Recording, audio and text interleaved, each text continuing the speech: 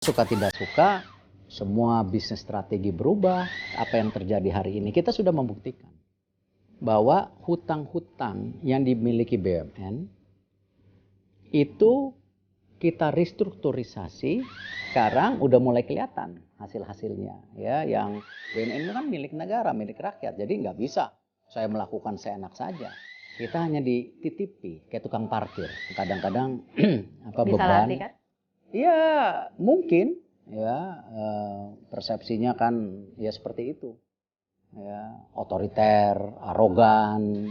Ya kan kadang-kadang kalau anak buah kan ya kan asal bos seneng aja ABS. Ya kan kadang-kadang kalau anak buah kan ya kan asal bos seneng aja ABS. Kadang-kadang kan kalau duduk di atas ini kan semua di sekitar kita cuma menjilat.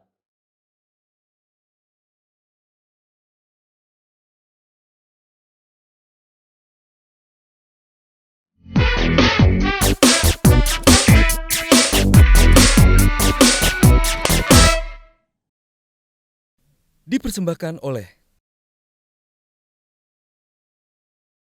Ya, halo Sobat Medcom, salam hangat. Ketemu lagi bersama saya Kania Sutisnawinata dalam program Newsmaker, obrolan hangat one on one. Di tengah hantaman pandemi COVID-19, 2 tahun periode kedua pemerintahan Jokowi Ma'ruf, sebenarnya banyak pencapaian baru yang diraih Indonesia, mulai dari tambahan infrastruktur baru misalnya, kemudian juga transformasi Badan Usaha Milik Negara atau BUMN. Sebagai tulang punggung penggerak ekonomi Indonesia, keberhasilan BUMN tentunya sangat diharapkan untuk mempercepat pemulihan ekonomi nasional pasca COVID-19. Lalu bagaimana strateginya dan apalagi rencana besar ke depan? Ini yang akan kita obrolin langsung dengan Menteri BUMN Republik Indonesia, Bapak Erick Thohir, yang sudah hadir bersama kita pada kesempatan kali ini. Pak Erick, apa kabar? Baik. Senang sekali bisa berbincang-bincang langsung. Sama-sama pastinya. Apa kabarnya Pak? Tapi sehat ya Pak ya? Sehat ya. Sehat. Sibuk sekali kelihatannya. Banget Ya.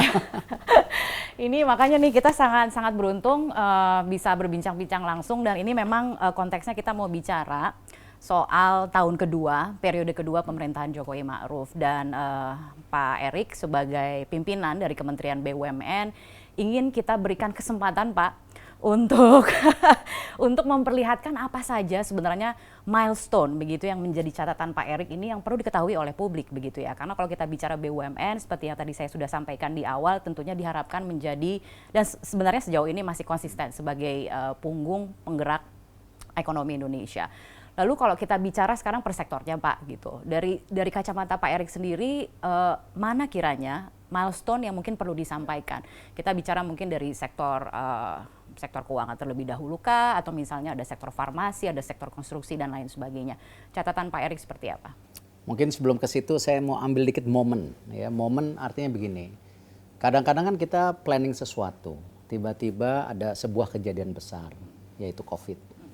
Dan mungkin banyak pihak memikir ini menjadi kemunduran sebuah bangsa. Tetapi kalau kami justru di Kementerian BUMN melihatnya berbeda. Justru ini momentum terjadi percepatan. Karena suka tidak suka, semua bisnis strategi berubah, efisiensi harus terjadi, dan juga digitalisasi yang sangat amat cepat, yang akhirnya ini merupakan suatu terobosan yang suka tidak suka ya kita harus lakukan. Ya. Dan kalau saatnya bukan COVID, pasti lebih banyak yang against. Cuman karena sekarang justru ini menjadi semua ritme yang menjadi satu. Antara pemerintah, masyarakat, kalangan pengusaha, semua. Jadi memang selain di awal-awalnya yang Kania juga waktu itu sudah wawancara, kita struktur dari kementeriannya dulu waktu itu. Lalu penempatan orang, lalu job desk-nya, lalu KPI-nya ada 5 saya tidak ulang. Lalu juga core value-nya akhlak. Nah tapi yang kita masih terus ini lagi push ke DPR, dan DPR-nya sangat respon, dan ini juga Bapak Presiden, Menteri Keuangan, dan banyak pihak juga mendukung, yaitu kalau mau BUMN ini lebih cepat lagi bertransformasi, ya salah satunya mengenai RUU BUMN yang sedang kita bicarakan. Karena di RUU BUMN itu ada 3 konteks besar. Ya. Satu, bagaimana kita diberi kesempatan untuk menutup. Karena supaya direksi BUMN ini jangan terjebak begini. Ya udah, kalau rugi negara yang hadir, toh kita udah nggak di sini. Nah, mentalitas ini ya harus kita dapat power ditutup. Atau merestrukturin, menggabungkan. Jadi yang prosesnya selama ini lama ya karena berbagai pihak. Nah, ini kita harus menjadi terobosan. Nah, jadi ketika tadi yang disebutkan di awal ini bisa dapat ini tambah lagi. Ini secara kementeriannya. Dan tentu yang kita harapkan juga bagaimana pola pikir kementerian ini kan selain menjadi tadi service tapi juga dia perlu dapat tadi yang namanya appreciation. Karena itu kita meminta 1% dari dividen juga masuk di kementerian. Supaya semua berpikir dividen. Nah, sekarang kita masuk ke daripada apa yang dibutuhkan Indonesia ke depan. Ya, kalau saya tetap Tapi boleh dievaluasi dulu Pak kinerja BUMN sejauh ini ya, Pak, saya rasa sektor mana kalau gitu menurut yang... saya kalau kita lihat kan ini sangat berat. Kenapa? Persepsi yang terbentuk untuk BUMN korup. Persepsi yang dibentuk akhirnya banyak hutang. Persepsi yang dibentuk ini justru jadi menara gading yang menyulitkan semua orang. Nah, tetapi kan sekarang kalau kita lihat apa yang terjadi hari ini, kita sudah membuktikan bahwa hutang-hutang yang dimiliki BUMN itu kita restrukturisasi, tetapi bukan restrukturisasi, mohon maaf, kadang-kadang ya udah sekedar nanti nunggu menterinya ganti, enggak. Kita memastikan restrukturisasi ini jangka panjang. Apa yang terjadi di PTPN, ya bagaimana kita kembalikan PTPN ke core bisnisnya, dan kemarin impact-nya sudah terlihat. Yang tadinya targetnya rugi sekarang untung 2,3 triliun, revenue-nya naik 37%, dan juga Krakatau Steel dengan segala efisiensi dan strategi-strategi lain juga bottom line-nya atau untungnya sekarang ada yang tadinya ini. Nah, ini persepsi hutang ini kita perbaiki. Bahwa yes, kita ada hutang, yes, ada kesalahan masa lalu, kita tidak mau siapa menuduh siapa, tapi sekarang kita bisa buktikan kalau punya niat baik dan konsep yang jelas, ini bisa dilakukan. Nah, yang lainnya juga kembali konsolidasi. Ya. Kalau untuk sampai ke opsi penutupan tadi Pak yang sempat disebut-sebut, memang sekarang masih dirancang, digodok begitu ya, kurang lebih nanti akan seperti apa. Tapi itu adalah opsi terakhir ya. Artinya menuju ke sana, apakah memang sekarang sudah ada daftar BUMN yang saya akan... rasa kalau penutupan ya memang kan kembali kita bukan istilahnya asal menutup. Yang namanya digitalisasi aja itu mengganti pekerjaan yang seperti ini jadi seperti itu. Jadi banyak pekerjaan yang hilang. Sama juga yang namanya korporasi pasti dengan perubahan digitalisasi, dengan perubahan tadi momentum pasca COVID, banyak juga yang berubah bisnis modelnya. Dan kita udah buktikan dulu ya beberapa perusahaan yang namanya Nokia sekarang kan nggak ada lagi juga. Nah, berarti adaptasi ini harus terjadi. Nah, itu yang kita juga namakan transformasi BUMN balik kepada core bisnisnya, tapi harus menjadi champion. Apakah dia berpartner dengan tadi swasta atau siapapun, kita terbuka, tapi mesti membuat itu lebih excellent. Nah, itu juga kan sekarang udah mulai kelihatan hasil-hasilnya ya, yang mungkin kalau kita bisa bicara contoh aja misalnya di rumah sakit. Rumah sakit itu awalnya niatnya hanya konsolidasi rumah sakit. Ya, karena Pertamina punya, Pelindo punya, PTM punya, bukan diurusin yang ahlinya rumah sakit. Ya, perkebunan ya udahlah ngurus perkebunan. Yang rumah sakit dikasih yang ke rumah sakit. Niat awalnya digabungin supaya lebih baik, punya expertise.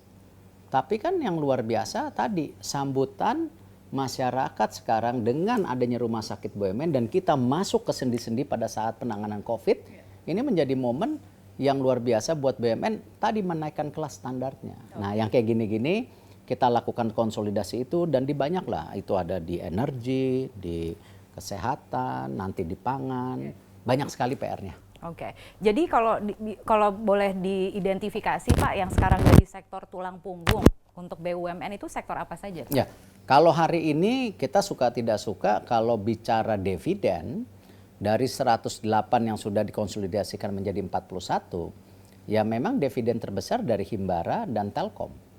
Nah, tapi sebenarnya hari ini penting kita membangkitkan tadi kesehatan kita dan juga perkebunan dan pertanian kita yang ke depan ini menjadi tulang punggung yang baik. Karena sumber daya alam akan hilang. Nah, transisi-transisi ini kan tidak panjang. Makanya saya genjot juga Pertamina dan PLN juga mesti bertransformasi. Itu sebuah realita yang nggak bisa kita lakukan. Memang di era sustainability, kemudian kita udah banyak berubah. banyak bicara mengenai net zero emission dan lain sebagainya. Green Itu economy. Iya kan? Iya kan? Mau tidak mau memang harus bertransformasi. Peta jalannya seperti apa, Pak? Kira-kira? Ya, memang begini, kalau kita lihat untuk Pertamina sendiri kan selain kemarin sudah holding, karena tidak suka tidak suka kan kita masih harus ada subsidi yang namanya BBM. Nah itu tetap di holdingnya, ya. Tetapi di sub holdingnya itu kita mau benar-benar tadi korporasi yang sehat. Ya karena itu kita coba bagikan subholding hulu, gabung yang hulu-hulu, ya kan? Subholding hilir, yang hilir-hilir. Yang tadinya perkapalan hanya bisnis perkapalan is a sunset industry, kita sekarang gabungkan menjadi tadi maritim integrated logistik. Jadi tidak ada hanya kapal, ada pelabuhan, ada storage-nya. Nah, ini perapian-perapian ini kita lakukan juga. Belum lagi kita mulai masuk ke geothermal. Nah, karena ini sesuatu yang memang harus dilakukan. Nah, tentu akhirnya banyak pertanyaan. Berarti bisnisnya PLN diambil Pertamina? Tidak seperti itu. Dari dulu ya PLN pembangkitnya itu dimiliki juga oleh banyak pihak. Nah, kenapa sekarang tidak kita lakukan? PLN lebih fokus kepada distribusi dan retail yang emang masih menjadi kekuatannya hari ini dan masih monopoli. Tetapi kan kita nggak tahu dengan era sekarang yang namanya green economy, orang sudah bisa pasang listrik sendiri di rumah, ya kan? Panel solar. Solar panel, Iya. orang memasang itu di mana, kan kita nggak tahu. Akhirnya apa? Monopolinya akan hilang. Nah berarti apa? PLN sendiri harus mereposisi strateginya yang salah satunya tadi fokus aja ke retail, distribusi, tapi kita sehatkan. Yang memang harus dirubah karena EBIT tahun 2060 dan ini gila ya di 19 tahun pertama itu mesti 21 gigawatt, 15 tahun ke depan masih 29 gigawatt. Sangat berat kalau kita nggak kolaborasi. Nah, siapa yang terbaik kolaborasinya? Ya salah satunya kan rekan sendiri BUMN. Selain swasta yang memang sudah punya juga power plant. Tapi power plant-nya juga fosil yang nanti harus diganti ke renewable energy yang perlu duit banyak. Nah, kan sama-sama kolaborasi. Nah, hal-hal ini ya memang yang namanya kesehatan, energi, pangan tetap menjawab pertanyaan kami yang pertama. Tiga itu tetap ya? Tetap. Okay. Walaupun di segmen titiknya ya ada sebuah pengembangan baru ya kan pasti. Iya, iya. Kalau sekarang yang juga masih ditunggu adalah soal holding pangan ya Pak ya. Itu yang masih akan di kuartal keempat kalau tidak salah ya targetnya ya Pak ya. Itu yang tidak mudah. Tidak mudah ya, tapi itu masa depan kita semua begitu ya, Ya Pak kurang lebih ya. dengan 270 juta penduduk, kalau kita juga mesti pastikan penduduknya kita nggak lapar, ya kita harus mulai menjadikan Indonesia bagian daripada lumbung buat kita sendiri dan lumbung pangan dunia yang seperti diminta oleh Bapak Presiden, ya kan? Dan ini sebuah momentum yang luar biasa, ya karena Allah baik sama kita. Ya mataharinya nggak berhenti, lautnya besar, tanahnya subur. Ya ini momentum di mana negara-negara lain tadi masih berkutit hanya dengan COVID-nya. Ya, kalau kita punya celengan. Ya, nah ini yang kita harus coba benar-benar eksternalisasi daripada pangan ini. Jadi kita juga udahlah jangan import pangan terus. Ya. Tapi kemudian bagaimana sih peran dari holding BUMN pangan ini ke depannya itu akan seperti apa? Mengapa itu kemudian akan bermanfaat buat kita Itu semua? yang sudah kita inisiasi beberapa kali pertemuan dengan Kementerian Pertanian dan Kementerian Perdagangan. Simple. Bahwa ayo buka data berapa produksi dalam negeri, berapa yang harus diimpor. Nah, bagaimana sekarang kami di BUMN coba menekan impor, itu kan? Tetapi yang memang tidak bisa kita lakukan ya udah. Ya contoh, kalau kita bicara garam industri, hari ini ya memang kita harus impor karena garam yang ada di kita itu konsumsi. Tapi apakah suatu hari ada penemuan yang sangat canggih mengenai industri garam, ya mungkin saja manusia sangat luar biasa dikasih Allah gitu, kepintarannya. Tapi hari ini belum. Nah jadi yang itu harus. Nah sama seperti gula. Kalau memang yang namanya rafinasi, ya memang kita belum siap. Tetapi yang konsumsi kita lakukan perbaikan-perbaikan. Nah yang penting mappingnya. Karena kenapa? Apalagi kemarin sudah keluar Bapak Presiden mengeluarkan Badan Pangan Nasional, di mana kan salah satunya ingin memastikan ketika ada rapat datanya sama, dan supaya pemerintah juga bisa melakukan stabilisasi pasar. Ya. Dengan proyeksi yang benar dan data yang benar. Nah itu, dan sudah waktunya juga udahlah petani ini kita lindungi, kita jaga. Tapi dengan data-data yang baik, dengan keberpihakan yang baik. Ya, kita sama-sama lakukan itu. Dan kami di Pangan makanya kemarin coba meluncurkan juga program yang namanya Makmur. Bagaimana kita ingin mendampingi si petani dengan pupuk ya, non subsidi, tetapi peningkatan income-nya naik, ya. Nanti pasarnya kita harus juga create buat mereka. Nah, ini sama-sama kita coba benahi. Dan tidak mungkin kami berhasil kalau tidak didukung oleh Kementerian Pertanian, Kementerian Perdagangan yang merupakan juga sahabat-sahabat saya. Yeah. Gitu. Oke, jadi kalau sahabat-sahabat sendiri berarti koordinasinya lebih enak harus, ya? Harus, mesti lebih enak dong. Ya. Sama orang lain yang nggak sahabat aja enak. Gitu ya. Baik, sempat disebut-sebut tadi soal sektor kesehatan begitu ya, sektor farmasi terutama kalau kita melihat kan pengalaman panjang juga yang dimiliki oleh BUMN farmasi kita, dan dengan adanya pandemi ini mungkin proyeksi ke depannya sektor ini masih akan terus bertumbuh, Pak. Mungkin yang sering juga disebut-sebut sekarang ini adalah soal vaksinasi, Pak, gitu ya, menjadi elemen penting dalam upaya kita untuk melindungi masyarakat Indonesia dari COVID-19. Nah, kalau kita bicara mengenai vaksin, Pak, vaksin buatan sendiri, itu kan impian kita bersama, Pak. Itu rencananya seperti apa? Kita mendengar ada vaksin BUMN, ada vaksin merah putih. Itu kapan kira-kira, Pak, bisa diluncurkan? Kan kalau misalnya farmasi itu sangat dekat dengan R&D. Sejak 98 R&D kita cukup menurun. Nah itu Bapak Presiden kemarin dan Bapak Wakil Presiden kan melahirkan atau mengkonsolidasikan BRIN. Supaya tadi yang R&D biayanya tercecer-cecer sekarang jadi satu kekuatan. Nah kami juga BUMN melakukan perubahan. Karena itu kita bilang kepada BUMN-nya, R&D udahlah balikin aja ke universitas.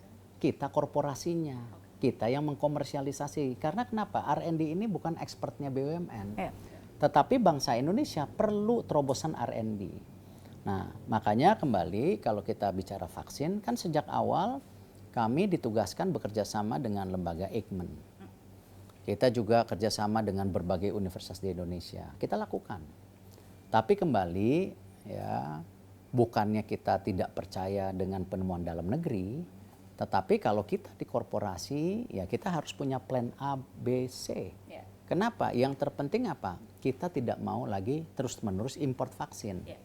Nah, jadi vaksin merah putih ada, mungkin vaksin Nusantara ada, antara swasta dengan berbagai pihak universitas, atau mungkin juga swasta dengan universitas yang di Indonesia. Kami juga melakukan terobosan. Yang kemarin Ibu Menlu pergi, kebetulan saya nggak bisa karena banyak sekali pekerjaan. Seharusnya pergi? Harusnya pergi, tapi Bu Menlu berkenan didampingi oleh Wamen BUMN dan Wamenkes dan BP POM, Ketua BP POM dan MUI. Untuk melihat tadi, apa sinergisitas yang kita bisa lakukan dengan pihak dari Amerika. Tentu di bidang R&D-nya. Dan kebetulan kita vaksin dari BUMN sendiri kan udah bekerja sama dengan Baylor University dan sudah terdaftar di WHO.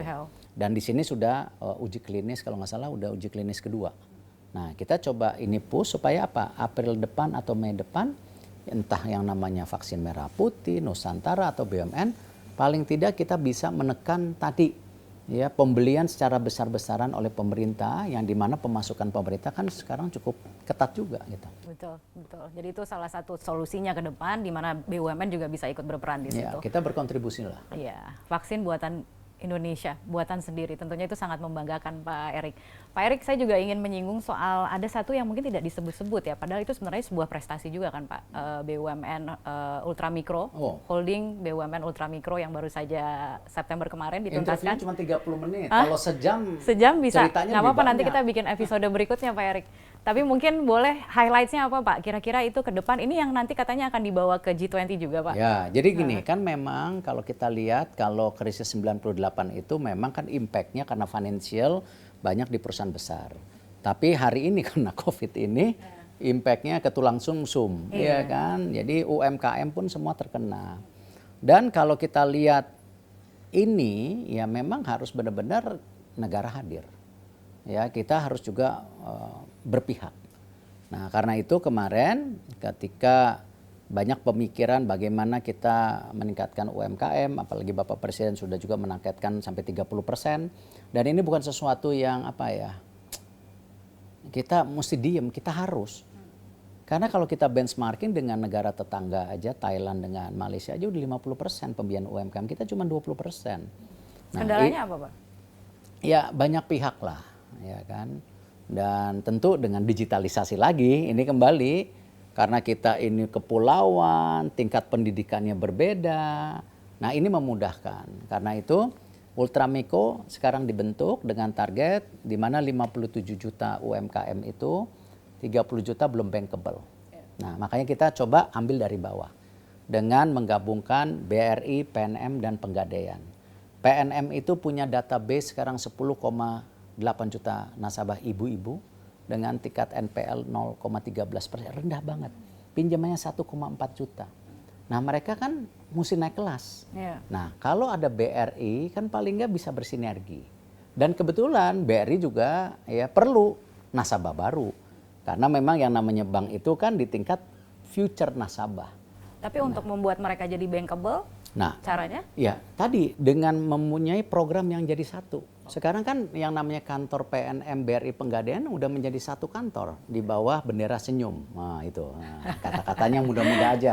Ya karena kalau kita itu bikin sekarang senyum juga ya, Pak, singkatan-singkatan pusing lah. Nah jadi walaupun senyum itu singkatan juga. Tapi paling tidak, nah dengan tadi kita punya mesin yang besar sehingga pendanaan juga lebih murah dan mudah. Ini yang coba kita konsolidasikan. Kenapa? Ya nggak mungkin contoh misalnya si agen daripada AO PNM itu kan cuman kurang lebih 45 ribuan. BRI punya footprint, punya agen ratusan ribu, 465 ribu kalau nggak salah. Bayangkan kalau ini digabungan jadi 500 ribu kan. Bisa menawarkan produk yang sama. Nah makanya kita jadi sekarang, kekuatan penggabungan itu ya Pak dan yang ini akan ibu-ibu diandalkan. Ya, dan ini yang kita coba push ya supaya tadilah bagaimana benar-benar UMKM ini naik kelas, kita coba bantu sama-sama ya. Dan saya yakin bisa lah. Kalau kemarin Mekar itu bisa naik 1,5 tahun 5,2 juta tambahan yang sehingga totalnya sekarang 10,8 juta, ya saya yakin ke depan bisa kita lakukan. Dan ini kenapa G20 juga kita ingin benchmarking ya BUMN dengan banyak negara, kita undang China, Norwegia, pokoknya negara-negara yang punya BUMN. Kita ingin benchmarking. Tetapi jangan malu-maluin. Kita kasih lihat juga. Malu-maluin dong berarti. Kita kasih lihat juga bahwa kita punya kekuatan. R&D-nya belum. Tapi gotong royongnya kuat. Nah, kita dorong gotong royong aja.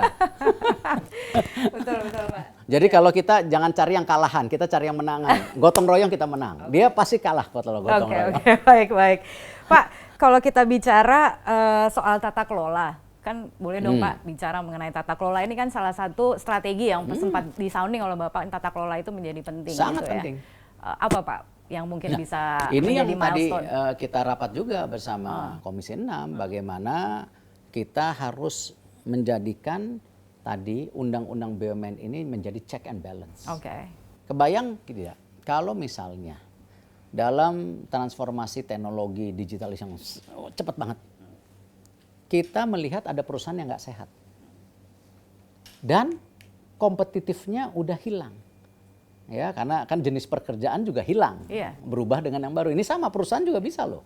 Berubah tapi nggak dibuang kan Pak? Ya, tapi gini poinnya, dia udah kalah bersaing dan memang industrinya udah nggak di situ, udah berbeda, ya kan? Ya kita misalnya bicara percetakan, kalau sekarang cetak kertas terus, sekarang udah semuanya udah digital print. Nah, kayak contoh-contoh seperti ini, kita perlu proses panjang untuk tadi memerjerkan atau menutup 9 bulan sampai setahun, ya keburu sekarat. Dan strateginya udah keburu diambil orang. Nah inilah kita ingin lakukan juga tadi. Bagaimana ini bisa menjadi sebuah kebijakan yang bisa dilakukan Kementerian BUMN tanpa mengurangi tadi komite privatisasi yang dipimpin oleh Pak Menko, Ibu Menko itu tetap berjalan. Karena kenapa? BUMN itu kan milik negara, milik rakyat. Jadi nggak bisa saya melakukan seenak saja. Tetapi kalau menutup, memerger saya rasa sesuatu yang bukan muluk-muluk. Dan itu kita saling bantu kok. Ya kita sangat zolim. Kalau kita lihat dari 2008 ada perusahaan-perusahaan yang sudah tidak operasi, terus mau diapain? Mau dijadi pajangan? Kan enggak, ya kita harus lakukan. Itu. Nah ini hal-hal seperti ini yang saya rasa coba kita Tadi Bapak bilang ada 108 BUMN, ini catatan per tahun 2020 kemarin ya, berarti sekarang dan harapannya itu semakin menyusut. Sekarang kalau dikonsolidasikan udah 41. Udah 41 Ya, dikonsolidasikan. tapi di dalam 41 itu masih ada puluhan yang kita mulai gabung-gabungkan sekarang gitu. Oke. Jadi kita coba lakukan lah. Ya kita lakukan perbaikan di sana sini. Oke, berarti itu asetnya aja udah 9.100 triliun, ini di eranya Pak Jokowi ya paling tidak begitu ya, ada 9.100 triliun rupiah aset BUMN, 2 kali lipat dari GDP Indonesia tahun 2020.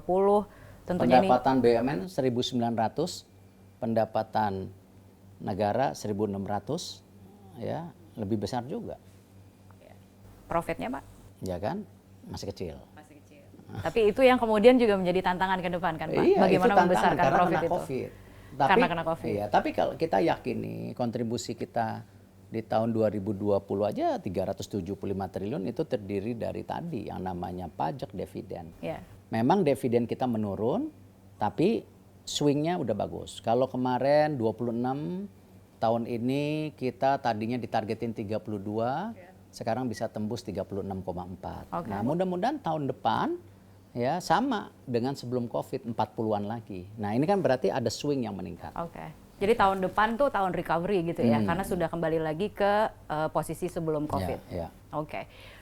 Pak, kalau kita bicara sekarang soal suka duka ya Pak, boleh nggak? Boleh. Ini agak sedikit personal gitu ya, karena saya membayangkan di tengah pandemi seperti sekarang ini dan memang PR-nya begitu luar biasa yang diembankan oleh Presiden ke Pak Erik begitu ya. Suka dukanya mungkin bisa di-share nggak Pak kira-kira dalam memimpin Kementerian BUMN, apa sih Pak yang paling mengena di hatinya Bapak gitu? Ya tentu gini, kan mungkin banyak pihak juga salah persepsi.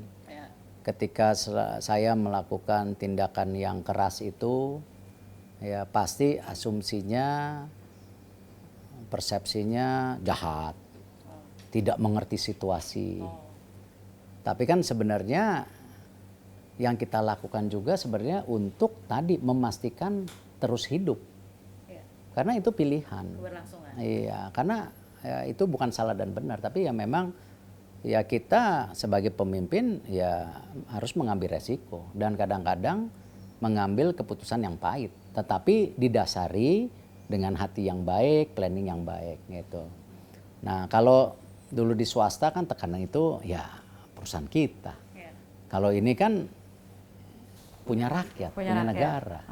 Kita hanya dititipi kayak tukang parkir, ya kan? Habis itu kalau udah nggak ada ininya juga, ya bukan kita lagi gitu. Nah, tetapi justru itulah yang kadang-kadang apa beban. Disalahkan? Iya, mungkin ya persepsinya kan ya seperti itu, ya otoriter, arogan. Padahal kalau ketemu orangnya ketawa-ketawa gitu. Cuman kebijakannya memang harus seperti itu karena untuk menyelamatkan, ya kan. Dan saya rasa awal-awalnya juga di kementerian juga yang tidak kenal saya ya mungkin berpikir ya tadi. Kalau dulu kita kuliah gitu ada profesor yang galak gitu kan. Nah ini sama kali, padahal nggak seperti itu. Tapi itu resiko yang kita harus lakukan. Yang penting kita kasih lihat lah bahwa kita mau lakukan yang baik. Waktu juga luar biasa. Ya, apalagi sekarang Bapak Presiden meminta banyak menteri untuk turun. Jadi kita Sabtu Minggu juga turun sekarang. Ya, dan saya rasa terima kasih atas kesempatannya. Justru kita bisa ngelihat sesuatu yang tadinya hanya di belakang meja, sekarang kita ngelihat yang di lapangan. Yang di lapangan. Dan Apa, Pak, itu yang harus menjadi perbaikan-perbaikan. Ya kan kadang-kadang kalau anak buah kan ya kan asal bos senang aja ABS. Tapi dengan kita turun kita ngeliat, oh ini ada yang kurang bagus, yang ini bagus, perlu diperbaikin seperti ini. Oh tidak sesuai dengan laporan, oh seperti laporan. Nah justru dengan itu juga kita akhirnya bisa membedakan ya talent pool yang baik. Ya kan karena kadang-kadang kan kalau duduk di atas ini kan semua di sekitar kita cuma menjilat. Nah dengan kita ngelihat juga kita bisa ngelihat direksi, komisaris, talent pool yang di bawah yang bisa menjadi tadi future leader. Ya, saya selalu bilang sama para direksi karena sekarang juga direksi juga banyak mempertanyakan kan, ini permintaannya susah. 15% direksi mesti perempuan. 2023 25% mesti perempuan. Yang usia 42 mesti 5%, 2023 10%. Ada lagi nih terakhir nih kewajiban menyampaikan laporan harta kekayaan penyelenggara negara bagi anak dan cucu perusahaan BUMN. Itu tambah lagi susah. Itu terbaru ya. Suruh tanda tangan juga 37001 ISO mengenai tindak pidana korupsi ya. Kembali ya itu bagian yang kita harus lakukan, tetapi di lain pihak ya memang kita ingin pastikan ini sustain ya. Saya selalu bilang sama direksi tadi, ya tadi malam saya baru ngumpulin 108 direksi. Bahwa ya Allah Subhanahu wa taala kan memberikan kita sesuatu yang luar biasa yaitu otak. Sehingga kita bisa berpikir, berkarya yang luar biasa. Betul nggak? Tapi yang nggak dikasih apa? Umur. Kebayang nggak kalau Albert Einstein itu umurnya ratusan tahun? Wah nggak tahu udah jadi bikin apa tuh. Nah cuman nggak dikasih sama Allah. Nah sama kita juga tadi saya ingatkan kepada pimpinan BUMN ya harus terbuka, harus jadi mentoring. Toh kita mau bangun legacy sama-sama gitu, dengan segala keterbatasan kita. Iya, ya. Baiklah kalau begitu nampaknya waktunya juga sudah habis. Tapi terima kasih. Tapi ada satu Pak lagi Erick. mau nambah. Apa tuh? Ya, saya mau tekankan kita juga harus investasi di pasca COVID. Pasca COVID. Jangan hanya saat COVID. Karena kenapa kita sebagai negara masih banyak kekurangan. Logistik, teknologi, human capital. Dan ini tidak mudah. Nah jadi ini pasca COVID yang benar-benar harus kita. Dan mengejar ketinggalannya apakah bisa dilakukan dari sekarang Pak? Karena sekarang bicara momentum. Bukan, mesti dari kemarin. Dari kemarin. Nah, jadi hari sekarang kita harus lakukan. Ini yang kenapa juga saya kemarin ya kan bersama Pak Menko, Bu Sri Mulyani, Pak Bahlil, Pak Presiden, kita juga sama-sama sepakat bagaimana kita mentransform daripada EV ya, mobil listrik, motor listrik, baterai listrik ini secara berkesinambungan. Tidak hanya satu kementerian, semua kementerian yang kemarin rapat harus menjadi satu kesatuan. Karena ini policy, jangan sampai nanti yang disampaikan Bapak Presiden seperti dulu ya. Pohon, eranya hutan hilang, eranya minyak hilang. Nah sekarang pemerintah Indonesia sudah sukses menurunkan tadi hilirisasi daripada sumber daya alam. Salah satu turunannya ya listrik-listrikan ini. Nah makanya nanti BUMN juga akan masuk ke industri itu. Leadernya siapa Pak? Ya bermacam-macam kan tetap kita bersaing dengan swasta. Ya tapi kita buka, ya kita partner dengan ini, partner dengan itu. Tapi tadi mau membuat ekosistem supaya kita jangan hanya jadi market, tapi kita punya presence ya di negara kita. Itu kita mau lakukan itu. Baik Pak Erick, terima kasih sekali lagi atas penjelasan dan juga waktunya. Semoga terus jaya Pak BUMN dan terus bisa berprestasi dan mengukir keberhasilan berikutnya. Dan demikian tadi Sobat Medcom, kita baru saja berbincang-bincang obrolan hangat dengan Menteri BUMN Republik Indonesia Bapak Erick Thohir, Newsmaker pekan ini. Kita akan ketemu lagi pekan depan di waktu yang sama dengan tentunya narasumber menarik lainnya. Sampai jumpa.